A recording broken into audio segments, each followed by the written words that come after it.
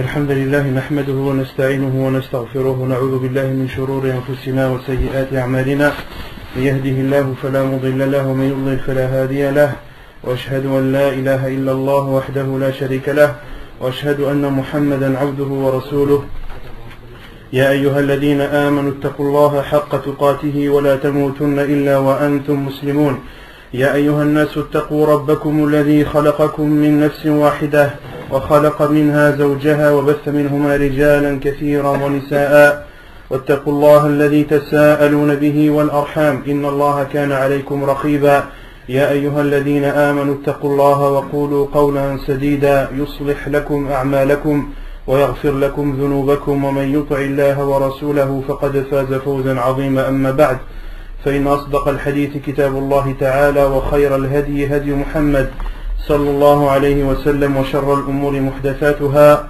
وكل محدثة بدعة وكل بدعة ضلالة وكل ضلالة في النار.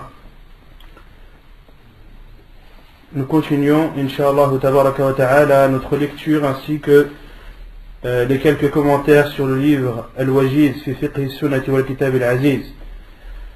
La semaine dernière, on avait entamé le chapitre des endroits dans lesquels il nous est interdit de prier. On avait parlé du hadith du prophète alayhi salatu wassalam, hadith de Abi Hurayra radiallahu anhu, qui dit que le prophète sallallahu alayhi wa sallam a dit: j'ai été surpassé des autres prophètes et envoyés sur 6 points. Et on avait profité de l'occasion pour parler des bienfaits du prophète alayhi salatu wassalam, de ses qualités, de l'amour qu'avaient ses compagnons envers lui et de l'amour que l'on se doit d'avoir envers lui alayhi salatu wassalam.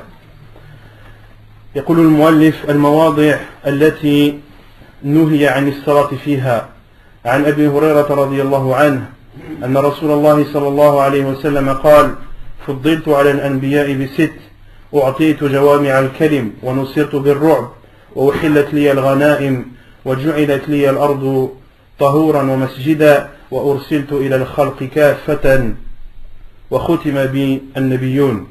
حديث صحيح رواه مسلم. Donc les endroits dans lesquels il nous est interdit de prier. Selon Abu Huraira, le prophète alayhi salatu wassalam a dit: j'ai été surpassé des autres prophètes et envoyé sur 6 points. Il m'a été donné il m'a été donné l'ensemble des paroles. Il m'a été donné la victoire par la peur. Et le butin m'a été autorisé. Et la terre est pour moi un moyen de pureté et un endroit de prière. Et j'ai été envoyé à l'ensemble des créatures. Et je suis le sceau des prophètes et des envoyés. Sallallahu alayhi wa sallam. On avait dit que dans ce hadith, le prophète alayhi wa sallam parlait des bienfaits d'Allah sur lui et qu'il appliquait la parole d'Allah subhanahu wa ta'ala lorsqu'il dit: et quant au bienfait d'Allah sur toi, informe les gens.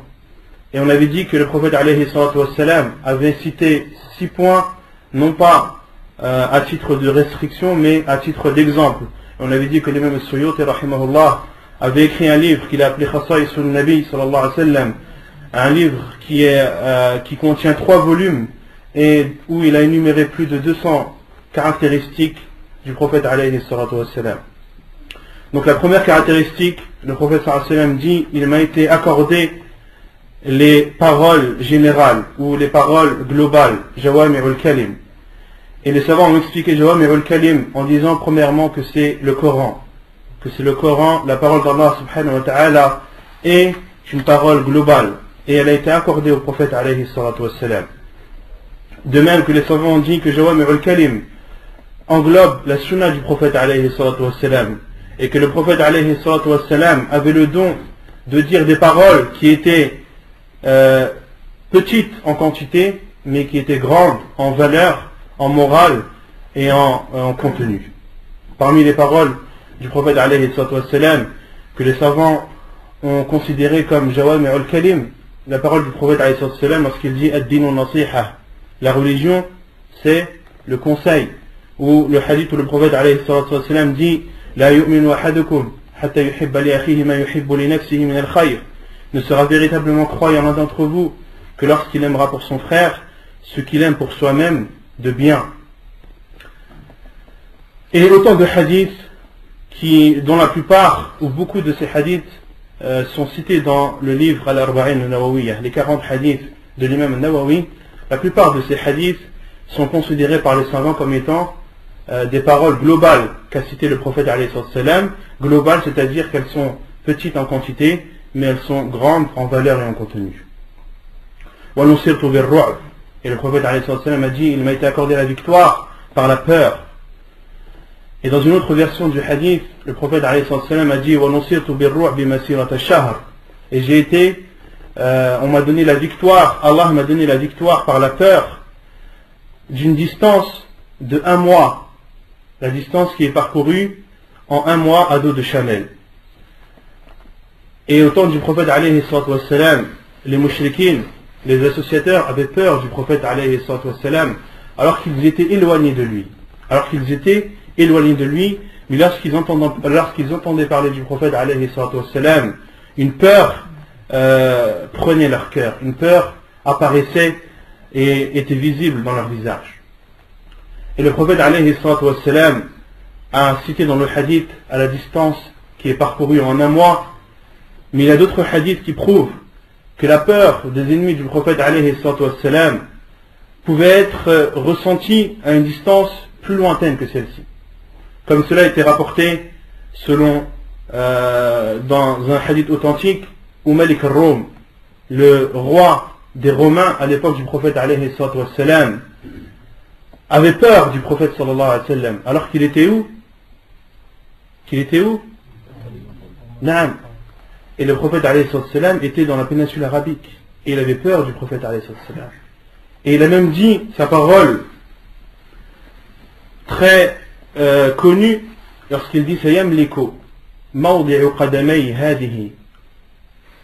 Il a même dit que l'endroit où ce roi pose ses pieds, le prophète alayhi salam, il aura cet endroit en sa possession. Il savait que le prophète alayhi salam allait que sa da'wa, que la prêche du prophète alayhi salam, que l'islam allait se propager jusqu'à arriver à l'endroit où se situait ce roi des Romains.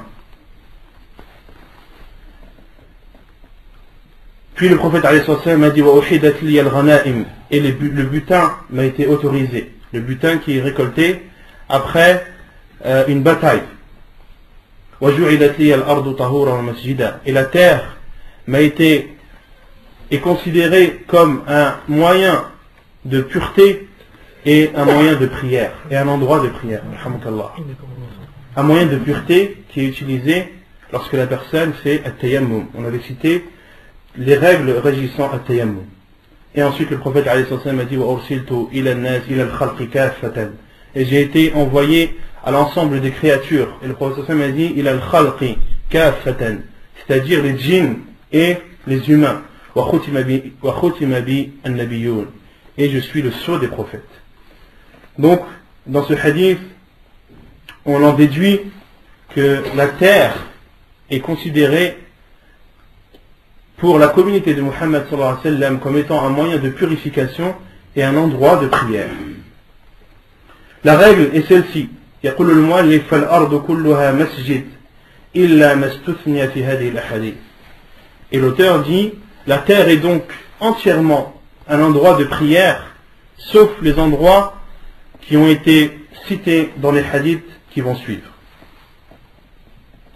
عن جندب بن عبد الله البجلي قال سمعت رسول الله صلى الله عليه وسلم قبل أن يموت بخمس وهو يقول ألا وإن من كان قبلكم كانوا يتخذون قبور أنبيائهم وصالحيهم مساجد ألا فلا تتخذوا القبور مساجد إني أنهاكم عن ذلك حديث صحيح رواه مسلم. Selon Jundub ibn Abdillah al-Bajali, il a dit, j'ai entendu le prophète sallallahu alayhi wa sallam dire avant qu'il meure de 5, Et les savants comme l'imam al-Nawawi ont dit avant 5 nuits, c'est-à-dire peu avant que le prophète alayhi salatu wassalam ne meure, de 5 jours ou de 5 nuits. J'ai entendu le prophète sallallahu alayhi wa sallam dire avant qu'il ne meure de 5 nuits: ceux qui étaient avant vous, prenez les tombes de leurs prophètes et de leurs saints comme des endroits de prière. Ne prenez pas ces tombes comme endroits de prière, je vous interdis de faire cela. Inni anhaakum an dhalik. On en déduit de ce hadith que le prophète alayhi salatu wassalam a interdit de prier dans un endroit où il y a une tombe, ou plus en général dans un endroit, dans un cimetière. Les savants ont déduit qu'il est interdit de prier dans un cimetière ou dans un endroit où il y a une tombe, ou bien alors dans une mosquée qui contient une tombe. وعن أبي سعيد الخدري رضي الله عنه قال قال رسول الله صلى الله عليه وسلم الأرض كلها مسجد إلا المقبرة والحمام حديث صحيح رواه أبو داود وابن ماجه والترمذي. Et selon Abu Sa'id al-Khudri, qu'Allah l'agréé, il dit, le prophète sallallahu alayhi wa sallam a dit: la terre est entièrement un endroit de prière. Al-ardu kulluha masjid illa al-maqbarat wal-hammam. Hormis les tombes, hormis les cimetières et les hammams, c'est-à-dire les endroits où l'on se lave.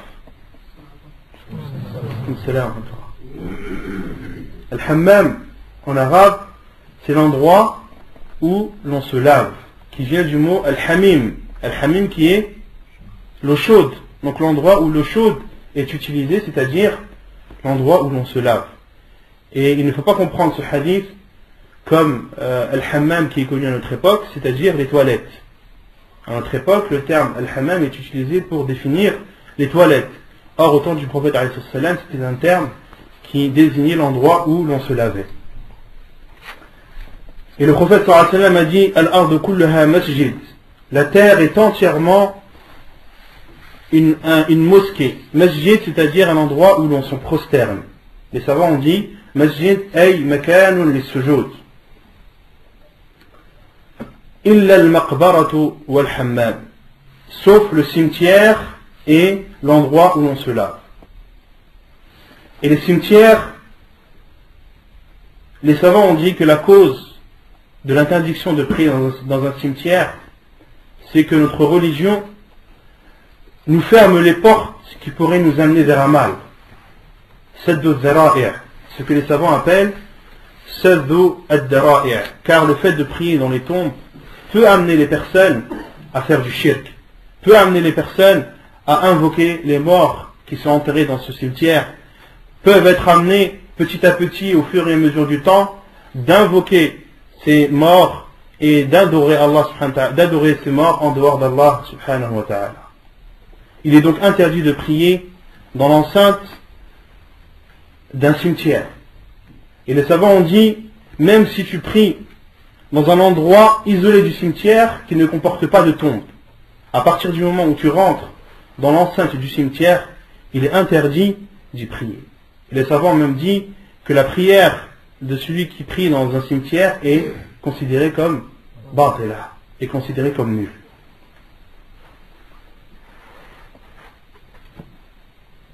Hormis une prière qui est autorisée, qui est salatul janaiz, salatul janaza, la prière funéraire est la seule prière qui est permise qui nous est permis de faire dans l'enceinte d'un cimetière. La preuve est le hadith où le prophète alayhi salam, lorsqu'il était informé de la femme qui nettoyait la mosquée et qui est morte de nuit, les compagnons radiyallahu anhum l'ont enterré sans prévenir le prophète alayhi salam. Et lorsqu'il a été tenu au courant de la mort de cette femme, le prophète alayhi salam s'est empressé d'aller au pied de sa tombe et de prier sur elle. Les savants ont déduit donc qu'il est autorisé de faire salatul janaza, la prière funéraire, dans l'enceinte d'un cimetière, et uniquement cette prière et pas d'autres prières. Illa al-maqbaratu wal-hammam, sauf le cimetière et al-hammam, l'endroit où l'on se lave. Les savants ont dit, comme Cheikh Ibn Uthaymin, rahimahullah, mawdi'ul al-mughtasalat, c'est-à-dire l'endroit où l'on se lave. Wal-hammam mawdi'ul qadar wal najasat, wa illatu man'i salati fihi an-najasah. Et al-hammam, c'est un endroit qui est sale et qui comporte des impuretés. L'interdiction d'y prier, les savants ont donné plusieurs explications. Certains ont dit il est interdit de prier dans al-hammam, c'est-à-dire dans une salle de bain, si on traduit à notre époque, c'est que la salle de bain est un endroit qui est sale, qui comporte des impuretés. Et certains savants ont dit à partir du moment où cet endroit est propre, la cause de l'interdiction n'existe plus, donc l'interdiction est levée. Car il y a une règle dans Usul Fiqh qui dit al-illatu taduru ma'a al-hukmi wujudan wa adaman. La cause, elle suit toujours le jugement, qu'il soit existant ou inexistant. Quand la cause est existante, le jugement est existant, et lorsque la cause est inexistante, le jugement est inexistant. Comme ici, si on donne un exemple, certains savants ont dit qu'il est interdit de prier dans les salles de bain car c'est un endroit qui comporte des saletés. Donc tant qu'il y a de la saleté, il est interdit de prier. On a là la cause et on a là le jugement. La cause qui est l'impureté et le jugement qui est l'interdiction de prier. Et lorsque la cause disparaît, lorsqu'il n'y a plus d'impureté, le jugement disparaît aussi, c'est-à-dire qu'il n'est plus interdit de prier dans la salle de bain. Parce que les savants disent al-illatu taduru ma'a al-hukmi wujudan wa adaman. Mais d'autres savants ont dit que la cause de prier, qu'il est interdit de prier dans la salle de bain est autre que l'impureté. La cause, c'est que c'est un endroit qui contient des shayatin, des diables. Et tout endroit où ils sont présents des diables et des shayatin, il nous est interdit d'y prier. Ils ont cité comme preuve le hadith du prophète alayhi salatu wassalam, lorsqu'ils étaient en voyage, lorsque le prophète alayhi salatu wassalam était en voyage avec ses compagnons, et qu'ils se sont levés pour salat al-subh, bien après que le soleil se soit levé. Et les compagnons du prophète alayhi salatu wassalam, ainsi que lui, dormaient tous. Et le prophète alayhi salatu wassalam était le premier à s'être levé. Et qu'est-ce qui avait réveillé le prophète alayhi salatu wassalam? C'était la chaleur du soleil. La chaleur et la lumière du soleil qui ont réveillé le prophète alayhi salatu wassalam. Il a alors ordonné à ses compagnons de se lever, de faire leur ablution. Et ensuite le prophète alayhi salatu wassalam a dit لِيَأْخُذَ كُلُّ رَجُلٍ رَأْسَ رِحْلَتِهِ فَإِنَّ هَذَا مَنْزِلٌ حَضَرْنَ فِيهِ الشَّيْطَانِ. Le prophète alayhi salatu wassalam a dit à ses compagnons de prendre leur monture et de les déplacer, car l'endroit où nous avons dormi cette nuit est un endroit où était présent le diable. Et les savants ont déduit qu'il est interdit de prier dans les endroits qui sont connus pour contenir des diables, comme amakin al-fisq ou al-fujur, comme les endroits de turpitude et de façade. D'autres savants ont même dit comme par exemple les églises. Même si d'autres savants ont dit que de prier dans les églises est interdit à partir du moment où il y a des représentations, des figurines. Ala kulli hal, la règle, c'est que tout endroit où il est susceptible de contenir des diables, il est déconseillé d'y prier. Et donc l'avis de beaucoup de savants est qu'il est interdit de prier dans le hammam. Et Cheikh Ibn Uthaymin rahimahullah a rassemblé les deux avis. A dit lorsque la salle de bain est sale, il est interdit d'y prier car il y a la saleté. Et lorsque la salle de bain est propre, il est interdit d'y prier car c'est un endroit qui contient les diables. Donc dans les deux cas, les savants interdisent de prier dans les salles de bain.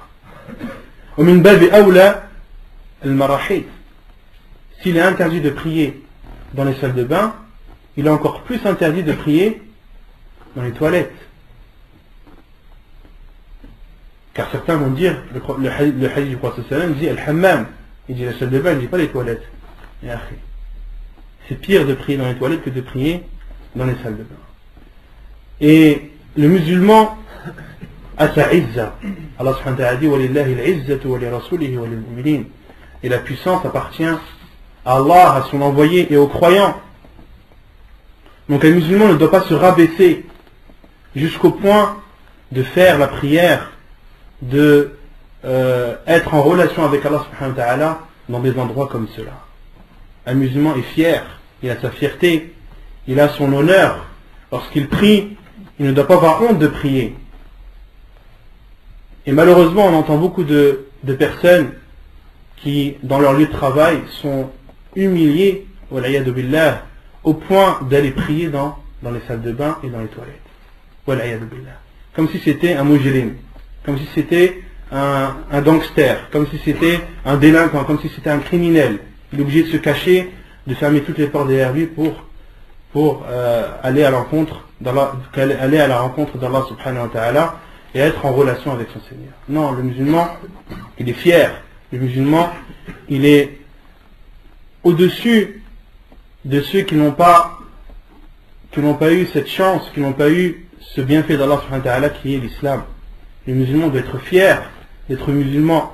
Il doit être fier de poser son front par terre et de se prosterner devant Allah subhanahu wa ta'ala. Et celui qui, dans son lieu de travail, n'a pas d'endroit où prier, alhamdulillah, Rasul sallallahu alayhi wa sallam a dit Al-ardu kulluha masjid. La terre est entièrement un endroit de prière. Si tu ne peux pas prier dans ton lieu de prière, sors dehors, va dans la pelouse. Si les gens te voient, et alors? Est-ce que tu fais quelque chose de mal? Non.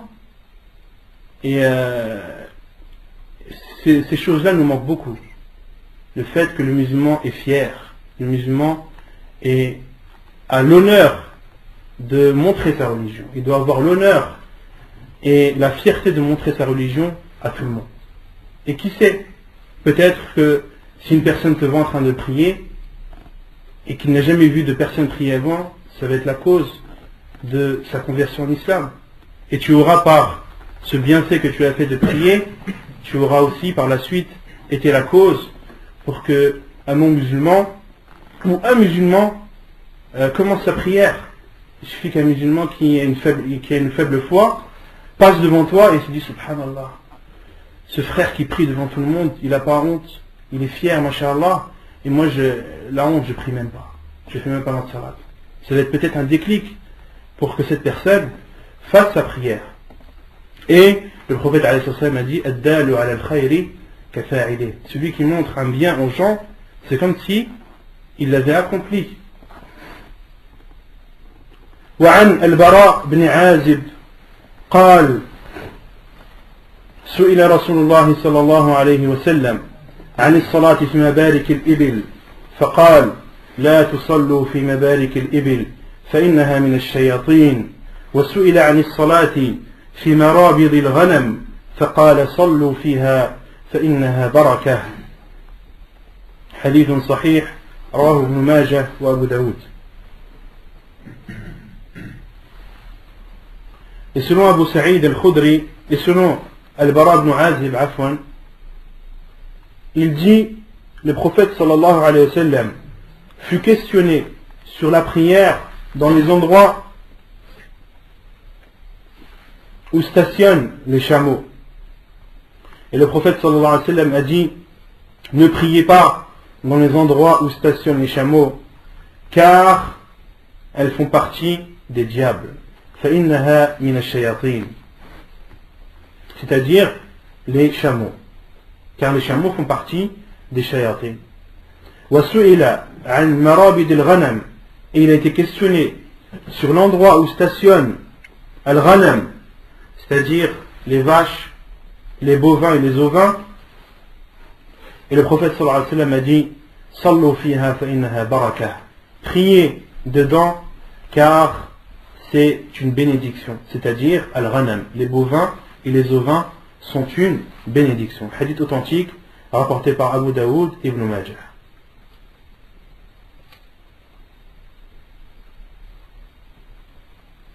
les endroits où stationnent les chameaux, les savants ont dit, comme Cheikh Al-Abbad, hafidahullah, il dit الأماكن التي تبرك فيها الإبل وتكون مقرا لها والمكان التي تعطن فيها فإنه لا يصلى فيها. Cheikh Al-Abbad, qu'Allah le préserve, dit les endroits dans lesquels les chameaux stationnent ou qu'ils prennent comme maison ou comme étable, si on peut parler d'étable pour un chameau, il est interdit d'y prier. وليس ذلك لنجاسة أبوالها وأغوافها. Et cela, la cause de l'interdiction de prier dans les endroits où stationnent les chameaux, la cause n'est pas l'impureté de son urine et de ses excréments. فإنها طاهرة وبول وروث كل ما تؤكل لحمه فإنه طاهر. Bien au contraire, l'urine et l'excrément du chameau sont purs. Et l'urine et l'excrément de tous les animaux qui nous est autorisé à la consommation sont purs. ولكن المنع من ذلك لما في الإبل من الشدة والغلظة وأنها يعرف لها شدودا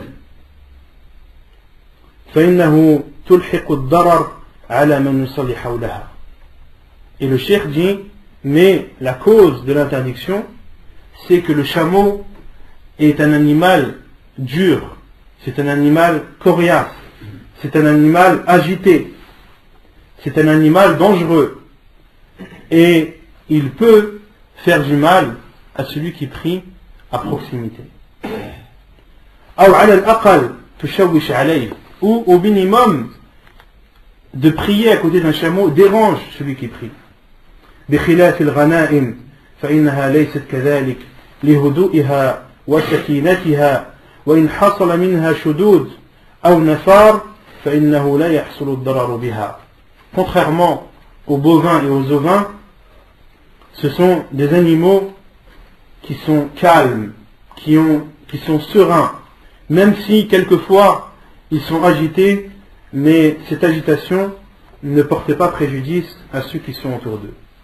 ولهذا كان أصحاب الإبل تغلب عليهم الشدة. Et c'est pour cela que ceux qui ont des élevages de chameaux ont un tempérament dur. Le tempérament des chameaux, la dureté des chameaux est transférée, ou ceux qui élèvent des chameaux sont influencés par la dureté et le fait que le chameau soit coriace. Une personne qui élève des chameaux, au fur et à mesure du temps, il aura un caractère dur. بخلاف أصحاب الغنم فإن عندهم السكينة والهدوء. Contrairement à ceux qui élèvent des ovins et des bovins, les bergers, ils sont connus pour avoir un tempérament calme et doux. خلقهن من الشياطين ليس المقصود أن مادتها من الشياطين وإنما المقصود أنها من حملة الشياطين المتمردة الذين عندهم الخبث والشدة والغلظة والأذى وهذا سواء كان الإبل فيها أو لا. Et concernant le fait que le chameau fait partie des diables, le cheikh dit, il ne faut pas comprendre dans cela que les composants du chameau, ce qui compose un chameau, fait partie des composants du diable. Non. Ce qu'il faut comprendre, c'est que le chameau fait partie des shayatines car il lui ressemble, car les chameaux ressemblent au diable dans leur dureté, dans leur férocité et dans le mal qu'ils peuvent faire. Et c'est connu chez les chameaux, lorsque tu lui fais un mal, il ne l'oubliera jamais. S'il te voit 10 ans après, il saura que tu lui as fait du mal. Et il essaiera de se venger. Les chameaux sont connus pour être des animaux très très durs. On avait cité quelques exemples la semaine dernière, lorsqu'on parlait des caractéristiques du prophète alayhi salam et des ansar, des gens de Médine qui venaient souvent se plaindre au prophète alayhi salam de la dureté de leur chameau. وَهَذَا سَوَاءٌ كَانَ الْإِبِلُ فِيهَا أَوْ لَا. Et le cheikh dit, et ceci, que le chameau soit présent dans cet endroit ou non. Que le chameau soit présent dans cet endroit ou non, il est interdit d'y prier.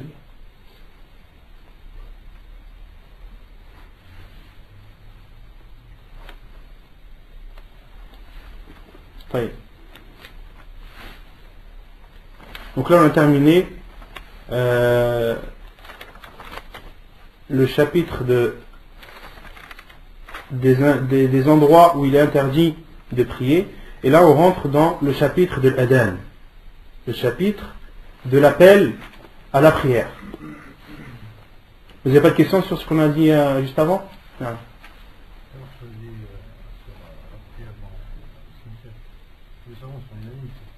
Non. Pas très. Le khilaf sur est-ce que la prière est annulée ou pas. Ils sont unanimes sur le fait qu'il est interdit de prier dans un cimetière, mais là où il y a un khilaf, c'est est-ce que celui qui prie dans le cimetière, sa prière est annulée ou non. C'est là où il y a une divergence. Mais l'avis le plus sûr, Inch'Allah, c'est que la prière est annulée. Non. Il n'y a pas un khilaf dans le fait que on parle d'annulation de la prière. On parle, les savants ils disent que la prière elle est pas valide. Parce que lorsque le prophète interdit quelque chose, la chose que tu fais, elle est annulée. Les savants c'est ce qu'ils disent. En fait, de prier dans une église ou une synagogue, quand il n'y a pas d'endroit pour faire arrêter, il faut faire ça. Et c'est loin, et comment ça se passe? Il y a un hadith du prophète qui dit Fasalli aynama darta as-salah. Il y a un hadith du prophète qui dit prie à n'importe quel endroit où la prière t'a atteint. Et les savants ont dit que lorsque la personne est prise par la gorge, entre guillemets, et qu'elle n'a d'autre endroit que de prier, il se retrouve dans une église, il est autorisé de prier. En appliquant ce hadith du prophète, mais ça il faut le comprendre dans le cas d'une grande nécessité et de force majeure.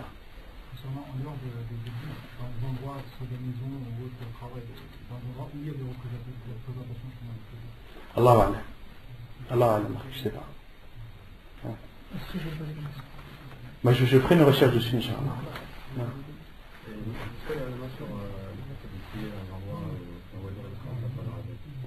Des endroits où Allah A'lam. Et une chose que j'ai oublié de vous dire la semaine dernière, je vous parlais des prières surrogatoires qui ont une cause.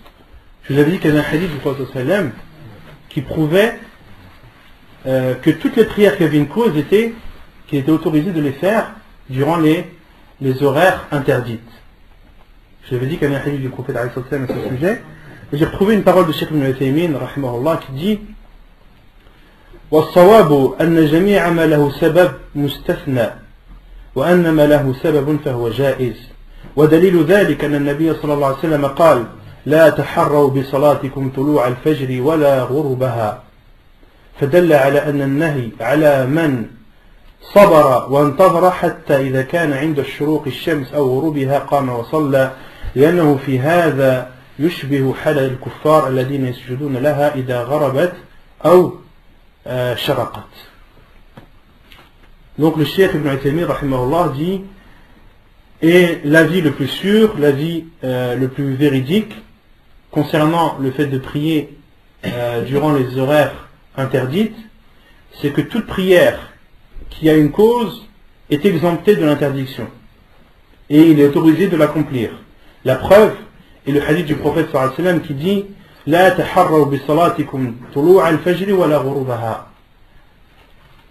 Ne désignez pas ou ne faites pas exprès de prier au moment du lever du soleil et du coucher. Et la preuve dans ce hadith c'est la taharraw. Le cheikh dit cela prouve qu'il est interdit d'attendre et de patienter jusqu'à ce que le soleil se lève ou se couche, puis de prier, car à ce moment la personne ressemble au kuffar, au mécréant qui se prosterne devant le soleil durant son lever et son coucher. Et les savants ont déduit le fait d'attendre et de patienter. Et de ne faire cette prière qu'à ce moment interdit. C'est ça qui est interdit. C'est le fait d'attendre. De ne pas avoir de cause et d'attendre jusqu'à ce que le soleil se lève ou qu'il se couche pour prier. Or, pour celui qui a fait ses ablutions, pour celui qui entre dans la mosquée, est-ce qu'il a attendu le coucher du soleil ou le lever? Non. Il n'a pas attendu, il a fait ses prières. Pourquoi? Car il y a une cause. Car il a fait ses ablutions. Car il a fait salat al-istikhara. Car il est entré dans la mosquée, etc. etc. Il n'entre pas dans le cadre de ce hadith. Non. طيب كتاب الأذان باب الأذان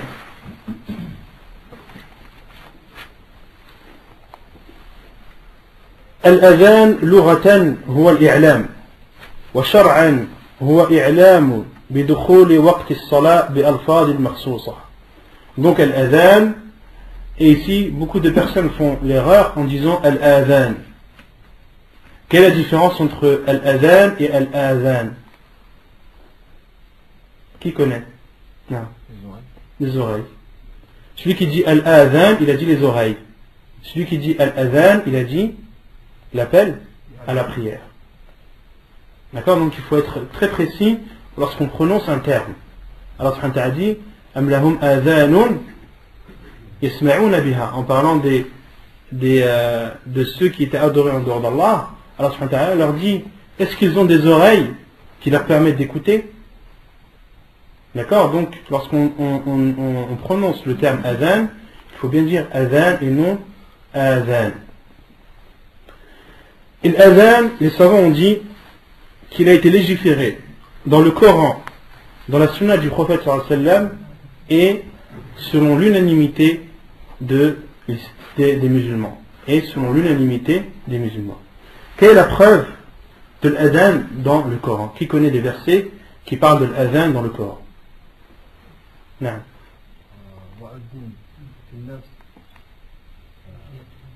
وأذن في الناس بالحج يأتوك رجالا. Allah subhanahu wa ta'ala dit ça à qui? Ibrahim alayhi salam. Lorsqu'Allah subhanahu wa ta'ala dit Ibrahim, وأذن في الناس بالحج يأتوك رجالا, et appelle les gens au pèlerinage, ils viendront à pied. Appelle les gens au pèlerinage, ils viendront après. Et qui connaît d'autres versets? Non?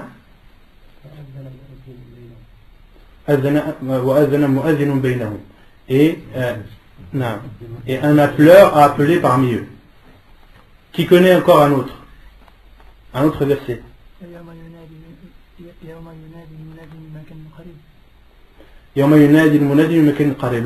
Là, t'es en train de, les deux versets qui ont été cités dernièrement, les deux derniers cités, prouvent le fait que l'adhan, c'est un appel. D'accord?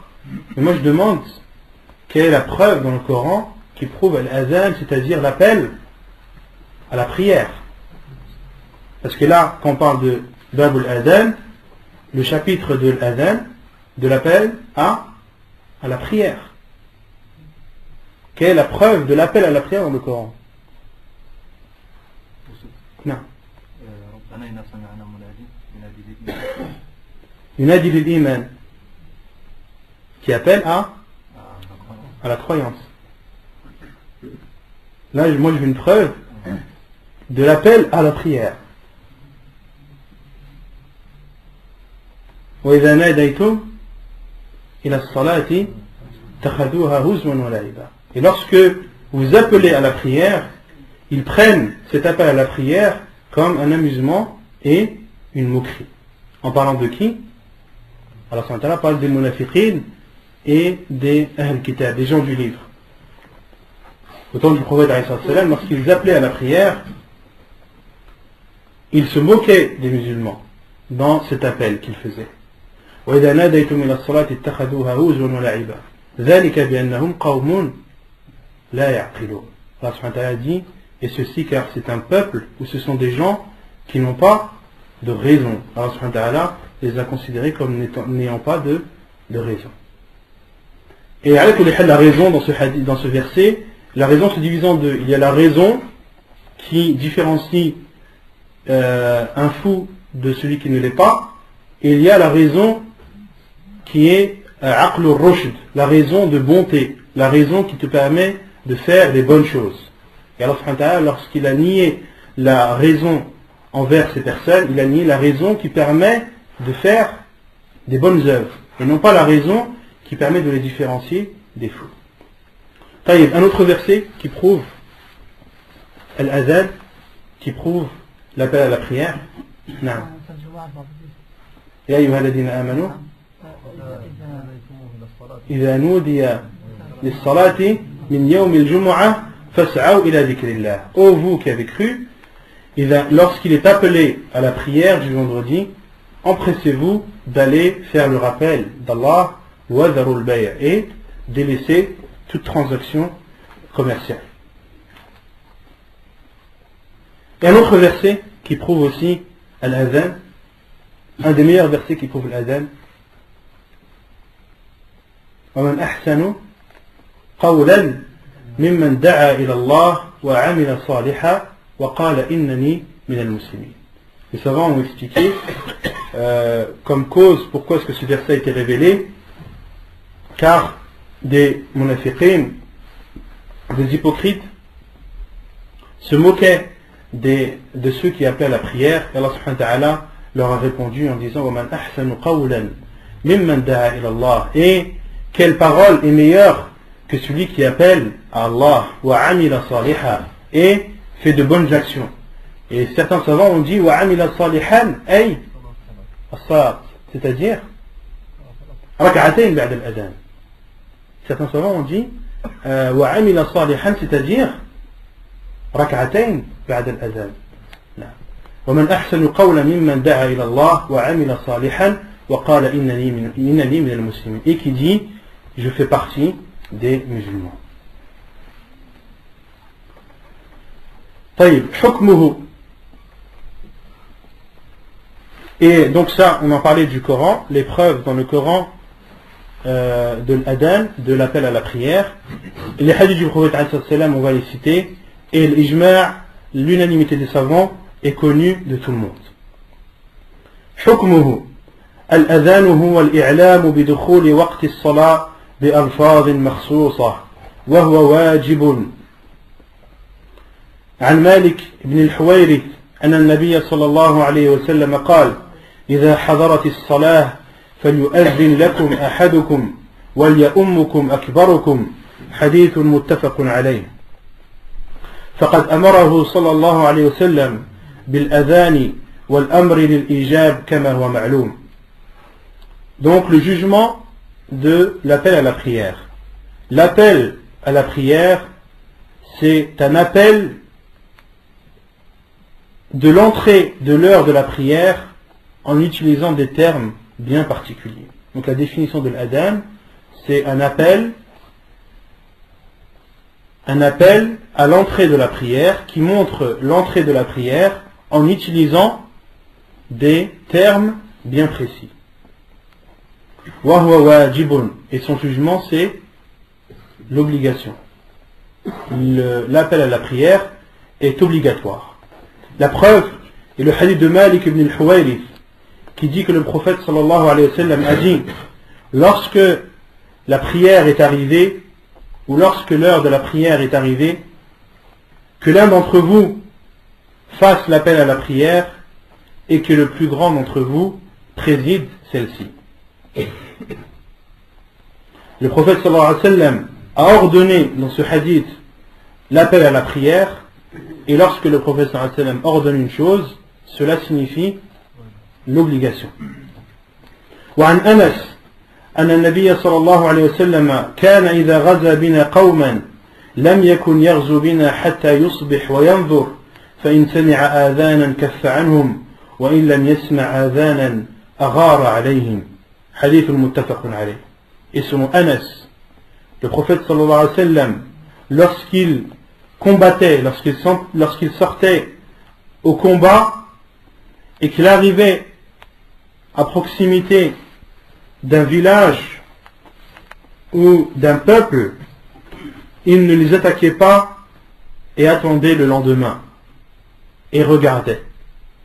S'il entendait un appel à la prière, il s'abstenait de les combattre, et s'il n'entendait pas l'appel à la prière, alors le prophète alayhi salam attaquait ce village ou ce peuple. Hadith authentique apporté par Al-Bukhari ou Muslim. Et les savants utilisent ce hadith comme la preuve la plus forte qui prouve que l'appel à la prière est une obligation. Car le prophète sallallahu alayhi wa sallam considérait le fait de ne pas faire l'appel à la prière comme étant une justification, un moyen de pouvoir attaquer ce peuple, de pouvoir attaquer ce village. Donc il est obligatoire de faire l'appel à la prière.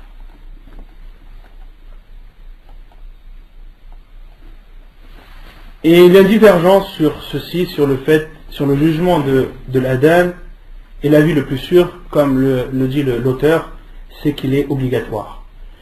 C'est une obligation, c'est un fard kifaya envers une mosquée, ou envers un village, ou envers une ville. C'est-à-dire que dans une mosquée, il n'est pas obligatoire pour chacun de nous de faire l'appel à la prière. Si l'un d'entre nous fait l'appel à la prière, l'obligation est alors enlevée sur chacun de nous. C'est ce que les savants appellent fardu al-kifaya. Et concernant celui qui prie seul, chez lui, il y a une divergence des savants. Certains savants disent qu'il est préférable pour lui de faire l'appel à la prière. D'autres savants disent qu'il lui est obligatoire de faire la prière. Comme Cheikh Al-Albani rahimahullah considère que l'appel à la prière c'est un fard kifaya pour une assemblée et c'est un fard ayn, c'est une obligation pour celui qui prie seul. Et sa preuve dans cela, c'est le hadith où le prophète sallallahu alayhi wa sallam a conseillé al-Musi salatahu et lui a dit fatawadda kama amaraka Allah thumma tashahhad fa'aqim thumma kabbir. Le prophète sallallahu alayhi wa sallam lui a dit puis fais tes ablutions comme Allah te l'a ordonné, thumma tashahhad, puis fais la shahada. Les savants ont dit thumma tashahhad ay adhin fa'aqim. Ensuite le prophète alayhi salam lui a dit fa'aqim, c'est-à-dire fais al-iqama thumma kabbir, puis fais takbirat al-ihram. Donc dans ce hadith le prophète sallam a ordonné plusieurs choses à cet homme: de faire les ablutions comme Allah lui avait ordonné, de faire al-tashahhud, c'est-à-dire al-adhan, puis de faire al-iqama, puis de faire takbirat al-ihram.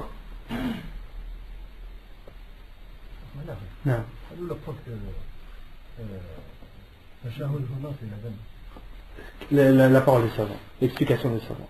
Tashahhad, les savants ont dit ça ne peut vouloir dire que l'adhan. Et dans l'adhan il y a shahada. Après l'odo il y a shahada, mais les savants, toutes les explications des savants que j'ai vues de ce hadith, ils ont tous dit tashahhad ay adhan. Il y a d'autres versions aussi. Il y a d'autres versions du hadith où le prophète sallallahu lui a dit thumma adhin. Les savants, là ça me revient, et les savants ont rassemblé les deux riwayat et l'une explique l'autre. Il y a des hadiths où le prophète sallallahu sarrah bi qawlihi adhin.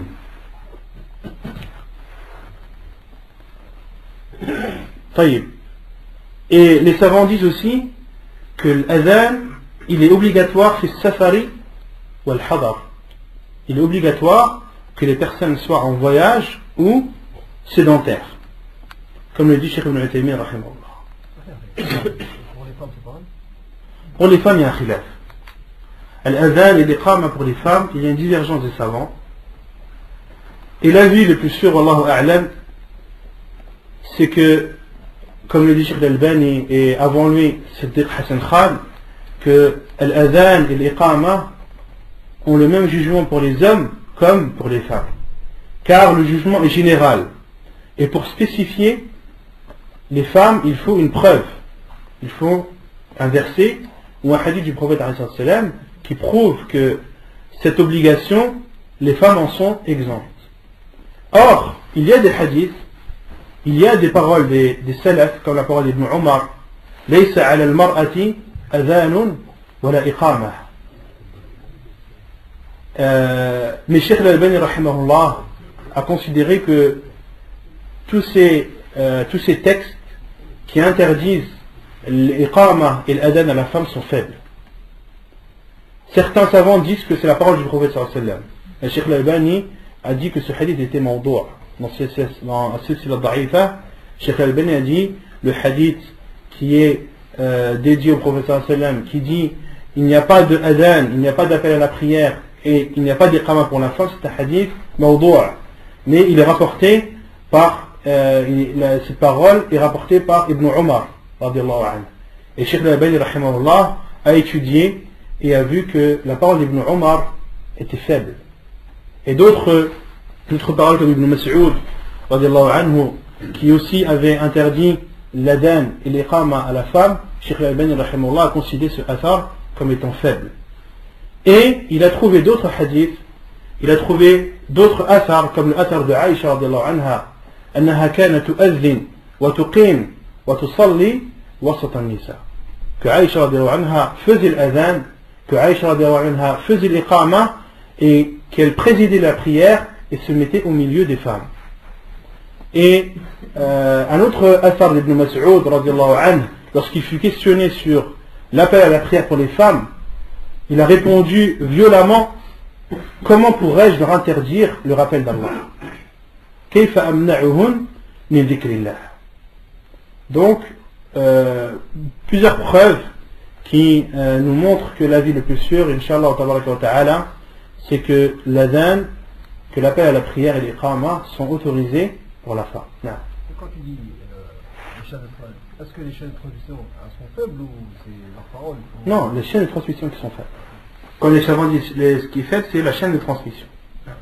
Et les savants qui interdisent disent que l'adhan, il a été légiféré pour appeler les gens à la prière.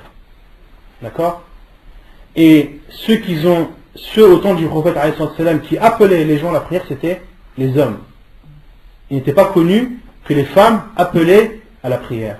Il cite plusieurs athars comme l'athar de Abdullah ibn Umar qui dit ordonnez à l'un de vos hommes de se lever et d'appeler à la prière. D'autres savants ont dit que la femme, il lui est toujours demandé de baisser sa voix, le fait pour ne pas être une tentation pour les hommes. Il y a autant de preuves que les savants ont citées pour interdire, et ils ont utilisé aussi ces paroles d'Ibn Umar. Il n'y a pas de adhan et d'iqama pour la femme, mais comme on l'a vu, Cheikh Al-Albani rahimahullah considère que cette chaîne de transmission est faible. Et les savants qui autorisent l'adhan et l'iqama aux femmes, c'est quand les femmes sont entre elles. Que l'on soit bien d'accord. Ils sont unanimes sur le fait qu'une femme ne préside jamais la prière devant les hommes et ne fait jamais l'adhan devant les hommes. Lorsqu'on parle de l'autorisation pour la femme de faire l'iqama et de faire l'adhan, c'est lorsqu'elle est au milieu des femmes, lorsqu'elle est en présence de femmes, et lorsque sa voix n'est pas entendue des hommes, et donc lorsque toute tentation est éloignée. Ou seul. Non. Seul. Ou seul. Non, ou seul. Selon la vie Cheikh Al-Albani. Parce que d'autres savants considèrent l'adhan pour la jama'a comme étant fard kifaya, mais pour le fard comme étant mustahab.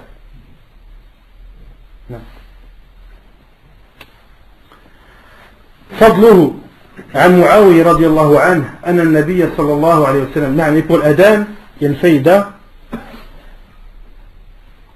Les savants disent الأذان لا يشرع إلا في الصلوات الخمس بإجماع العلماء. L'adhan ne doit être fait que pour les 5 prières. Et entre dans ces 5 prières al-Jumu'ah, car al-Jumu'ah remplace al-Dhuhr. Et quant à Salat al-Khusuf, les prières de l'éclipse, les prières de l'istisqa, ce qui doit être appelé, l'appel à la prière, ce n'est pas un adhan, mais c'est as-salatu jami'ah. Il doit être appelé as-salatu jami'ah, la prière en groupe, Salat al-Idain, il n'y a pas d'adhan.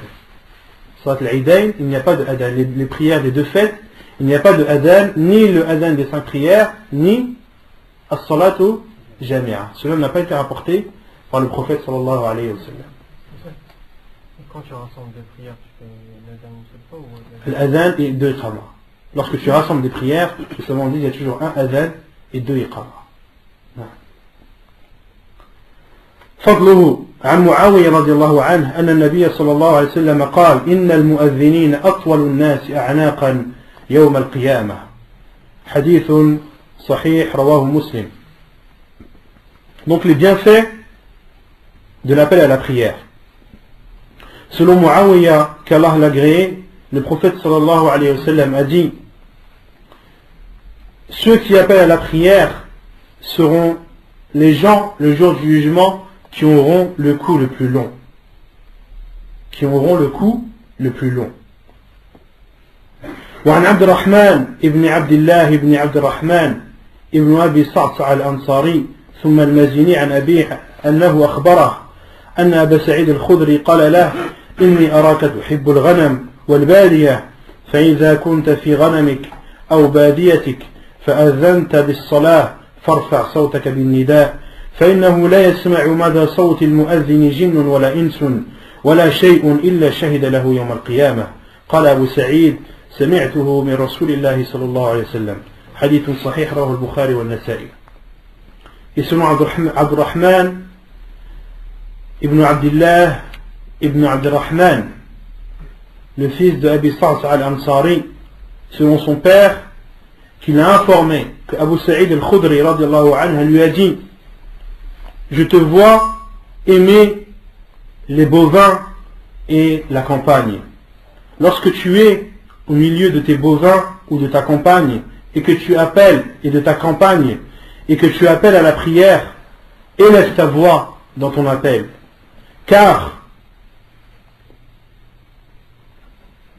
tout djinn et tout être humain, toute chose qui entendra ton appel témoignera en ta faveur le jour du jugement. Et Abu Sa'id lui a dit: j'ai entendu cela du prophète sallallahu alayhi wa sallam. Et les savants ont indiqué, comme Cheikh al-Albani rahimahullah, l'obligation de faire al-adhan lorsque la personne est seule. Et ils répondent à ce hadith à ceux qui disent que l'adhan c'est uniquement pour appeler les gens en général. Et lorsque tu n'appelles personne, ce n'est pas une obligation. Or, dans ce hadith, le prophète sallallahu alayhi wa sallam avait ordonné, lorsque la personne est au milieu de son troupeau de bovins, d'ovins, au milieu de sa campagne, c'est-à-dire au milieu de nulle part, entre guillemets, lorsque l'heure de la prière arrive, de faire l'appel à la prière et d'élever sa voix, car tout djinn et tout être humain, toute chose qui entendra cet appel à la prière, témoignera en faveur de celui qui est à appeler. Il y a un autre hadith que l'auteur n'a pas cité, qui montre aussi les bienfaits de l'adhan, les bienfaits de l'appel à la prière. Le hadith est rapporté dans Sahih al-Targhib wa al-Tarhib de Cheikh al-Albani rahimahullah, hadith Salman al-Farisi. قال رسول الله صلى الله عليه وسلم: إذا كان الرجل بأرض قي فحانت الصلاة فليتوضأ، فإن لم يجد ماء فليتيمم، فإن أقام صلى معه ملكاه، وإن أذن وأقام صلى خلفه من جنود الله ما لا يرى طرفاه. Et selon Salman al-Farisi, qu'Allah l'a agréé, il dit, le prophète sallallahu alayhi wa sallam a dit: lorsqu'un homme est au milieu d'un endroit isolé, bi'ardi qay, c'est-à-dire un endroit isolé, fahanat as-salah, et que la prière arrive, que l'heure de la prière est arrivée, qu'il fasse ses ablutions. S'il ne trouve pas d'eau, qu'il fasse at-tayammum. Puis, s'il fait al-iqamah, priera derrière lui ses deux anges. S'il fait al-iqamah, derrière lui ou avec lui prieront ces deux anges. وَإِنْ أَذَّنَ وَأَقَامَ, et s'il fait l'adhan et l'iqamah, et s'il fait l'appel à la prière et l'iqamah, priera derrière lui parmi les soldats d'Allah ceux qui il priera derrière lui, prieront derrière lui les soldats d'Allah et leur bout ne sera pas visible. Leur bout ne sera pas visible. Yani le dernier de ces soldats ne sera pas visible tellement ils seront nombreux et éloignés à l'horizon. Ça c'est un hadith qui montre vraiment l'importance de l'adhan et la grande récompense qu'ont ceux qui font l'appel à la prière. Et il y a une mas'ala que les savants ont étudié, car quand ils ont vu l'appel à la prière, les bienfaits de l'appel à la prière, les grandes récompenses dont le prophète sallallahu alayhi wa sallam nous a informés, les savants se sont posé la question: qu'est-ce qui est meilleur, al-imama ou l'adhan? Qu'est-ce qui est meilleur, de présider la prière ou de faire l'appel à la prière? Qui connaît la réponse? Non? C'est quoi la preuve? Comme l'imam. Les savants ont dit, le fait de présider la prière, les compagnons ont présidé la prière, le prophète sallallahu alayhi wa sallam n'a fait que présider la prière, il ne faisait pas l'adhan. Et ils ont dit aussi que le prophète sallallahu alayhi wa sallam a dit dans le hadith qu'on a cité au début, فَلْيُؤَذِّنْ أَحَدُكُمْ وَلْيَأُمُّكُمْ أَكْبَرُكُمْ. Le prophète sallallahu alayhi wa sallam a dit que l'un d'entre vous fasse l'appel à la prière et que le plus grand d'entre vous préside. Le prophète sallallahu alayhi wa sallam a dit l'un d'entre vous pour l'adhan et a dit le plus grand d'entre vous pour l'imam, pour le fait de présider la prière. Donc le fait de présider la prière, c'est pas quelque chose de négligeable, c'est important aussi. Non. Quand on fait l'adhan, toute chose qui est en cours de l'adhan, il va shad. Non, ça c'est une preuve des savants. Les savants, certains ont dit que le présider la prière est plus méritoire que de faire l'appel à la prière. Mais l'avis le plus sûr, Inch'Allah, c'est que l'appel à la prière est meilleur que de présider la prière. Pourquoi? Car il y a un hadith du prophète, alayhi salam, un hadith authentique, qui dit Al-imamu damin wal-mu'adhinu mu'taman. Ensuite, le prophète sallallahu alayhi wa sallam a dit Allahumma arshid al-a'imma waghfir lil-mu'adhinin. Le prophète sallallahu alayhi wa sallam a dit Al-imamu damin. L'imam est damin, c'est-à-dire c'est lui qui préserve, c'est lui qui conserve, d'accord, la prière, et celui qui fait en sorte qu'elle se déroule dans de bonnes conditions. Wal mu'adhinu mu'taman.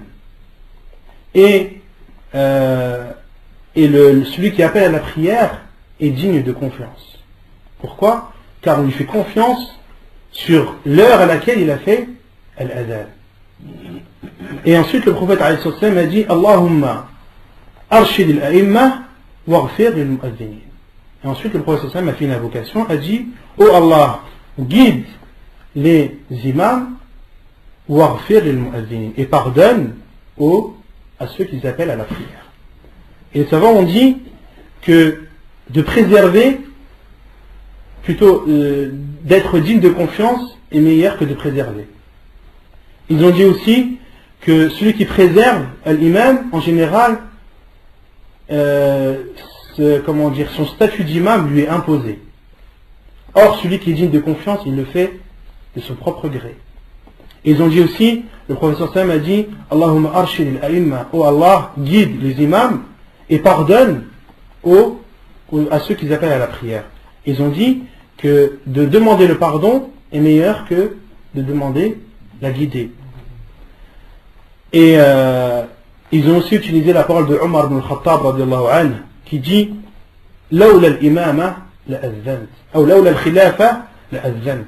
Si ce n'était le fait que je sois le calife, le guide des croyants, j'aurais fait al-adhan.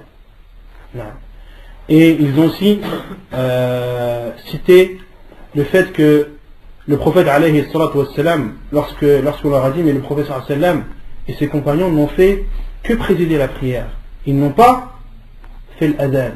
Or, si ça aurait été une chose meilleure, le prophète sallallahu alayhi wa sallam se serait empressé de faire l'adhan.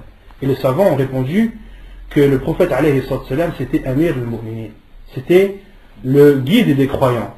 Et le guide des croyants a une lourde responsabilité. Et cette lourde responsabilité ne lui permettait pas de faire al-adhan, de faire l'appel à la prière. Pourquoi? Car le fait de faire l'appel à la prière, c'est une chose qui est difficile, c'est une chose qui demande du temps. Il faut scruter le ciel, il faut regarder, il faut être sûr que l'heure de la prière est bel et bien arrivée. Donc c'est quelque chose qui demande du temps, qui demande de la précision, tant que le prophète sallallahu alayhi wa sallam n'avait pas, car il était préoccupé par les affaires des musulmans. Ça c'est l'avis de Cheikh l'Islam Ibn Taymiyyah rahimahullah. Et d'autres savants ont dit que l'adhan est plus difficile que l'imama. D'appeler à la prière, d'être un mu'adhin, surtout l'adhan de l'fajr, comme il y a deux adhan, on verra inchallah, il y a deux appels à la prière, ça demande de se lever tous les jours tôt, de scruter le ciel.